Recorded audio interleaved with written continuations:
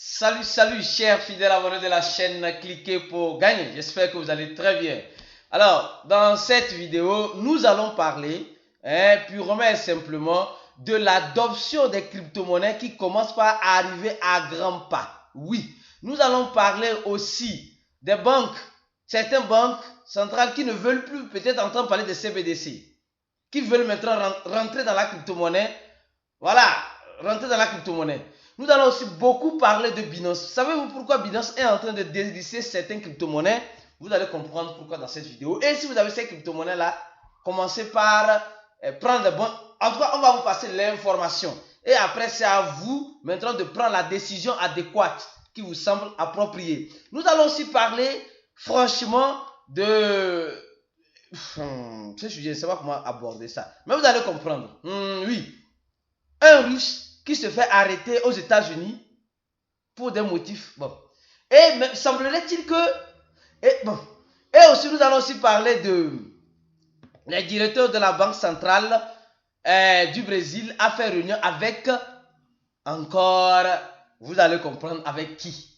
Pourquoi? Nous allons le comprendre dans cette vidéo. Alors donc, si vous n'êtes pas encore un fidèle abonné, abonnez-vous rapidement. Et mieux encore, activez la cloche de notification pour ne rater aucune de nos prochaines vidéos. Les gars, s'il vous plaît, sincèrement, c'est un effort considérable que nous faisons en vous apportant toutefois des informations en temps réel pour que vous soyez informés en fait de savoir les décisions à prendre. En ce moment, comme j'ai dit, il n'y a pas beaucoup d'influenceurs qui apportent des informations en temps réel comme nous le faisons ici sur ces chaînes. Alors, valorisez l'information que nous vous apportons en faisant quoi? En donnant un j'aime ou en déslikant si possible. En faisant quoi? En vous abonnant si vous n'êtes pas encore un abonné. C'est très important pour nous aider à grandir si vous voyez que nous méritons de grandir sur ce réseau-là. Alors donc, on va commencer par cette information. Franchement, il y a trop d'informations à analyser. Tu vois, moi, je me perds même, franchement. D'abord, cette information. On nous informe encore que Binance vient d'avoir la licence pour opérer en Pologne. Les gars, c'est sérieux, hein? Cette affaire de licence-là, licence, les entreprises crypto sont en train d'avoir des licences. Les entreprises crypto sont en train de vouloir avoir la licence pour, voilà, travailler légalement dans le secteur financier dans les pays. Et comme nous l'avons dit déjà dans cette vidéo, nous avons un prix à payer. Ceux qui n'ont pas encore regardé cette vidéo, comme vous le savez, quand vous ne regardez pas une vidéo sur ces chaînes, vous n'allez pas comprendre ce que nous allons faire, ce que nous sommes en train de faire actuellement. Donc, dans cette vidéo, nous avons parlé de la centralisation qui veut collaborer avec la décentralisation. Et vous voyez déjà, donc la centralisation, les régulateurs veulent collaborer avec les acteurs de la crypto-monnaie, certes. Et le prix à payer, voilà. On les donne, je peux dire un peu, les pionniers de ce domaine prennent l'autorisation et au-delà de cette autorisation, ils doivent s'engager à 3 points de suspension. Vous comprenez? Et voilà un peu une information qui vient de tomber suite à ce que je viens de dire sur l'adoption. L'adoption est en train d'arriver, oui, mais à son prix. Non, pas ici, cette information ici, celle-ci. On dit fondador d'exchange fechado pelos Estados Unidos et preso no Miami. Quand j'ai vu cette information, je vois combien de fois on est en train de... Vous savez très bien, on ne peut pas parler de la finance sans parler de la politique. Ou bien. Mais je fais tout mon possible pour ne pas rentrer dans le domaine politique. Seuls ceux qui sont dans le groupe VIP, l'année passée, on a beaucoup parlé de la géopolitique, de l'économie, le lien qu'il y a. Mais ici, j'évite grandement de parler de cela. Pour être membre VIP, le lien est en dessous de la vidéo.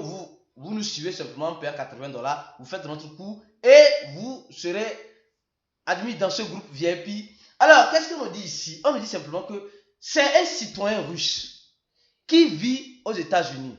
Et on dit l'échangeur, c'est Bitzalto. Voilà. Et qu'est-ce qui se passe? Il se voit arrêté. Et on lui dit qu'il est accusé de blanchiment d'argent, d'activité illicite, de financement illicite des activités en Russie. Et on dit l'entreprise est même enregistrée à Hong Kong, en Chine. Et ce que je suis en train de voir, on dit investigation d'Irak à trafiquant, en gros, on dit il fait partie des trafics de la cybercriminalité, et il utilise sa plateforme pour changer les moyens, pour changer l'argent. Quand j'ai lu cet article, je vais l'apporter à mon public qui me regarde, pour qu'on puisse voir combien de fois cette guerre ukrainienne-russo est en train d'agir même sur les citoyens qui se retrouvent dans l'écosystème de la crypto-monnaie. Même s'ils n'ont rien à foutre avec ça, on peut toutefois les accuser. De toute façon, tous les échangeurs sont dedans. Alors, quand on vient arrêter une personne spécifiquement qui a fait cela, je trouve que c'est plus politique que... on blanchit plus l'argent avec... je ne veux pas, franchement, ça donne envie de beaucoup parler. Mais vous avez déjà compris, vous avez compris. Bon, on peut aller, je pense que vous avez compris. Bon, on continue. Quand on parle d'adoption, on est en train de parler... Aujourd'hui, crypto.com, l'échangeur crypto.com a fait un bilan, et le bilan,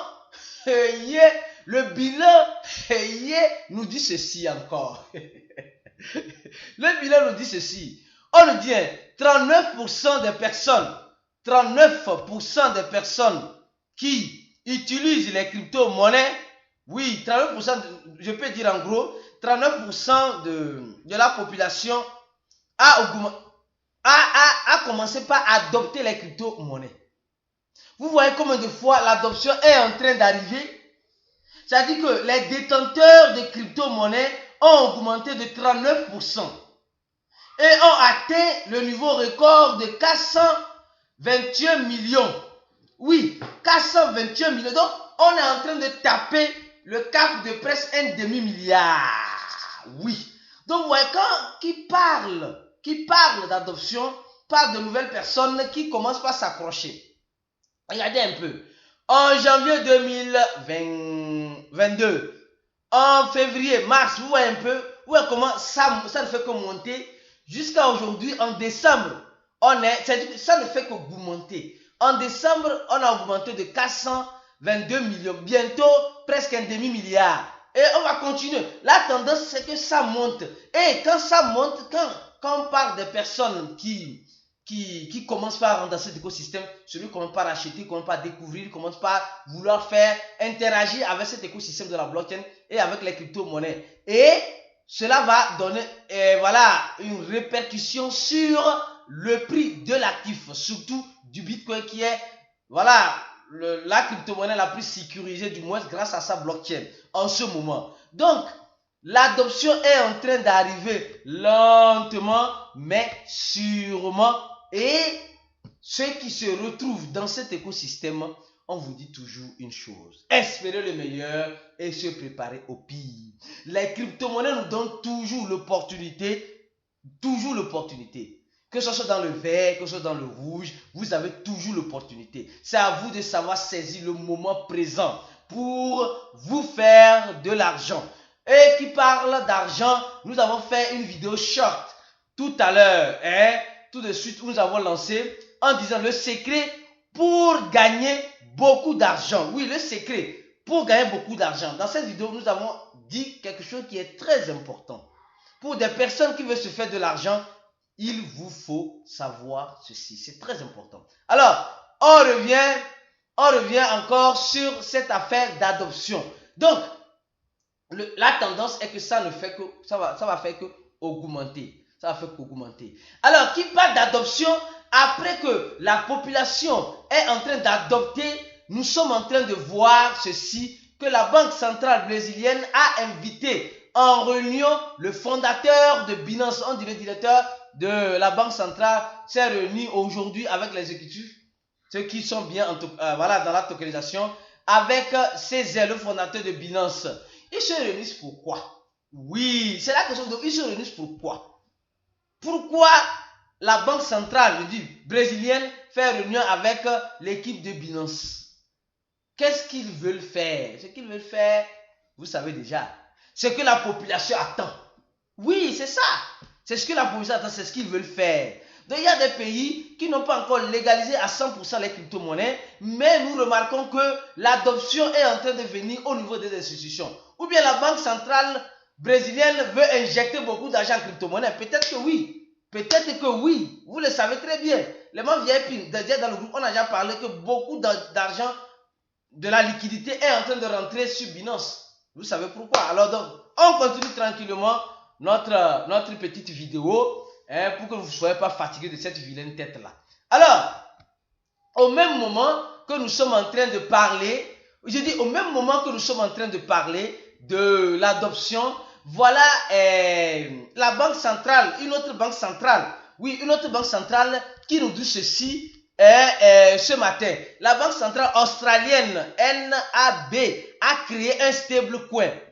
Oui, sur le dollar australien. Vous savez, il y a plusieurs dollars américains, dollars brésiliens, dollars australiens, dollars canadiens et dollars etc. Donc, ils ont décidé de mettre en place la banque centrale. Elle n'a pas dit qu'elle va faire un CBDC. Elle met directement un stablecoin.